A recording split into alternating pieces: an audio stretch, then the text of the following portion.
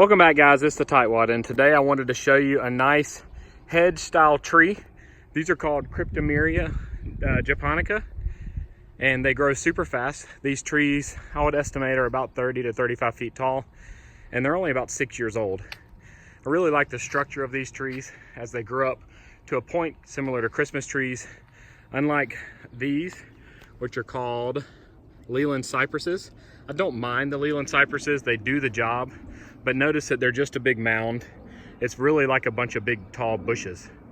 So instead of the structure of those, I like the structure of these. I also like how it looks all the way down to the nettles, how it's more Christmas tree like versus the Lelands, which have more of a fan type blade.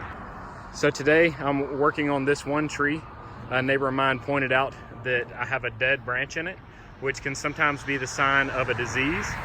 So it's best to go ahead and remove the dead branches as soon as they appear. Cryptomeria are much less susceptible to disease in my area than Leland cypresses. But to prevent the potential spread, I'm gonna come inside and I can see this is the diseased branch. I'll follow it all the way back to the main trunk of the tree, and I'm just gonna use my loppers to cut it off right here. I don't see any damage to this branch, so I'm really hoping it's not disease. So I just lopped it off nice and clean. And you'll see there is a tiny hole right in this area right here, but it's not gonna be noticeable to anyone who didn't know there was an issue with the tree to begin with. Here's the full branch that I cut off, and it doesn't appear to be damaged.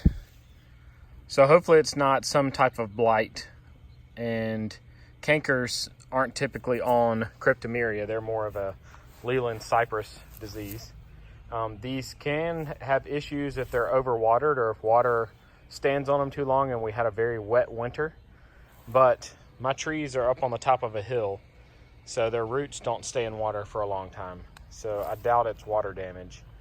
And I'm just gonna hope that there's something I can't see that caused this one to turn brown and that it doesn't spread to my other trees. So hopefully it was a fluke, but only time will tell.